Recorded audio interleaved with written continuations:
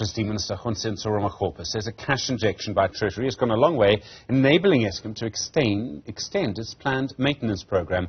He spoke this morning, giving feedback on government's energy plan.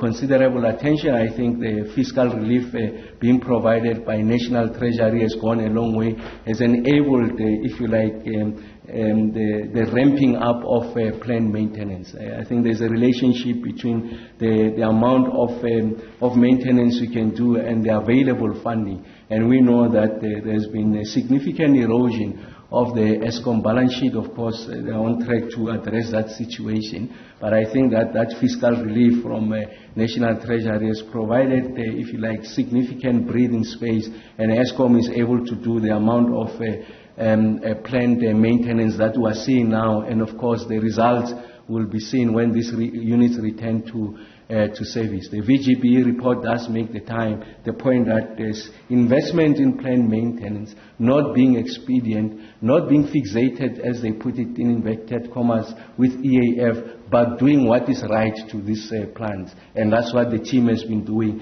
and that funding dispensation has helped. Chris Yelland is the Managing Director at EE Business Intelligence and Energy Expert. Chris, good afternoon to you. The Minister's saying that there's been more maintenance as a result of this money from the Treasury. Is that true? Are we really seeing more maintenance being done? Will we start to feel the impact of that? Well, yes, we are indeed seeing more maintenance being done. If you look at the so-called planned maintenance outages this year, for the first 9 weeks of this year, compared to the first 9 weeks of last year, significantly more outages have occurred as a result of planned maintenance. Now, one would expect, therefore, that this would mean more load shedding. And we've actually experienced less load shedding.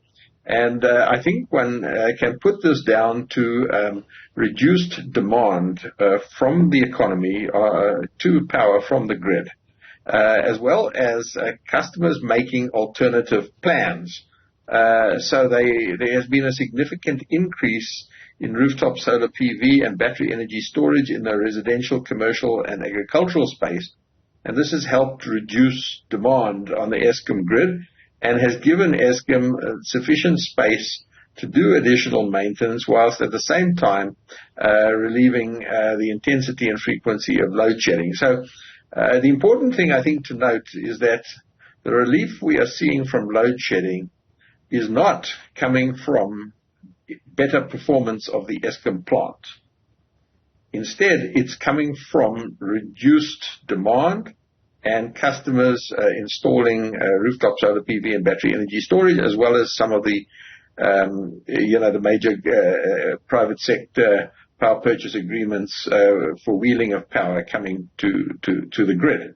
But if you look at Eskom's performance itself, the amount of unplanned breakdowns that have occurred, as opposed to planned outages, planned maintenance, the amount of unplanned breakdowns now is approximately the same as it was in October 2023, before Units 1, 2, and 3 at Kusile came onto stream. Now, that's a bit surprising. One would have hoped that the Units 1, 2, and 3 coming on stream would actually reduce the amount of unplanned breakdowns, but they're still about the same, which actually means that the rest of Eskom's plant is probably performing slightly worse than it was in October, before these units came back on stream. Well, I mean, why? You're right. That is obviously surprising. That doesn't seem to make sense. After this period of intense maintenance, would you expect that EAF to get better? Well, no. I would expect intense maintenance to actually worsen the energy availability factor in the short term. Because remember, when you do intense maintenance, you're taking units off the grid and they're no longer available. So the energy availability factor declines as you increase the maintenance. But in the longer term, of course, one hopes that it'll bear fruit. But in order to get where we want to be, we've got to take units off the grid, which will worsen the availability. We've got to do the maintenance and bring them back on, and hopefully they will be performing a lot better so that their availability in the future will improve. But right now, increased maintenance levels mean reduced availability. The Minister talking today about the VGBE report, and this is the report that was funded by the National Treasury. It's a German group of experts who basically looked at all the power stations and sort of said these are some of the problems. And as I understand it, the board of Eskom has told the new CEO at Eskom that he must implement that report and recommends big changes, and changes, I think, to Eskom's culture. Do you think it's going to be easy to make those changes? They look far-reaching. No, it's a very difficult task and not something that one can do immediately. Changing the culture of a business is very difficult. It's taken years of poor management and decline to get where we are today. And it's going to take years, I think, to institute the necessary changes, which, if you've been through this VGBE report, are very far-reaching.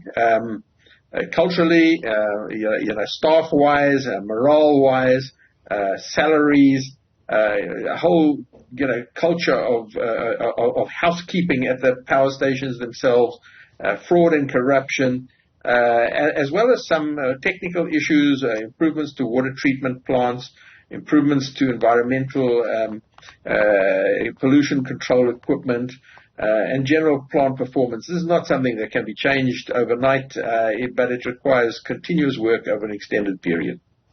If other people have not been able to make the changes, and we've been told for years they should be changed at Eskom, do you think this board, the CEO, can make the changes, even if they come with the sort of strongest backing from the minister?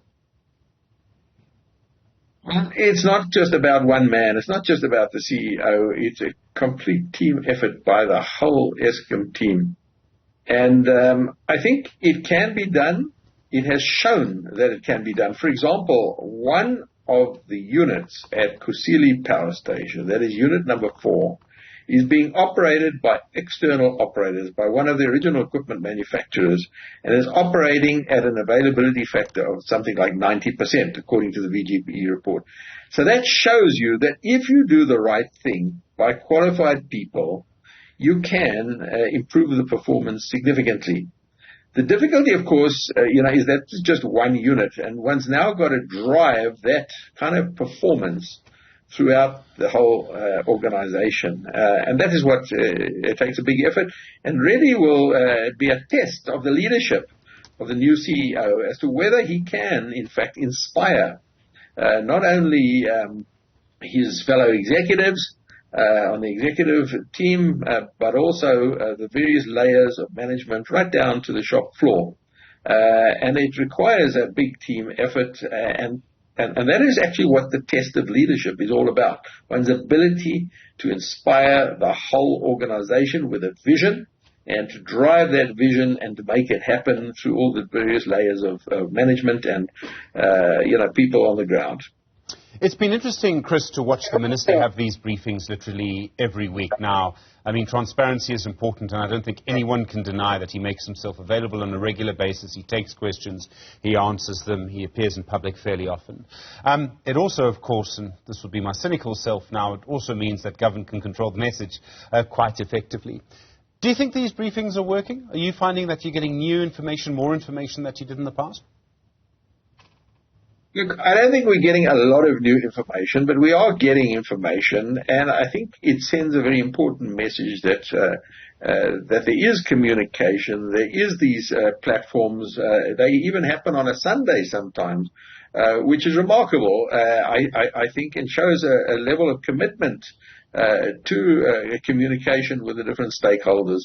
Of course, there is a lot of I would say it's sort of opaque in many ways, and the availability to ask really deep questions and get serious answers is quite limited because it's a very limited time availability. There's a lot of journalists, and sometimes one feels that one gets a quick answer, but it doesn't really go very far in answering the question. I personally have felt that to some extent, but nevertheless, I think it is really important that they are, in fact, communicating, and I'd be complaining a lot more if they weren't.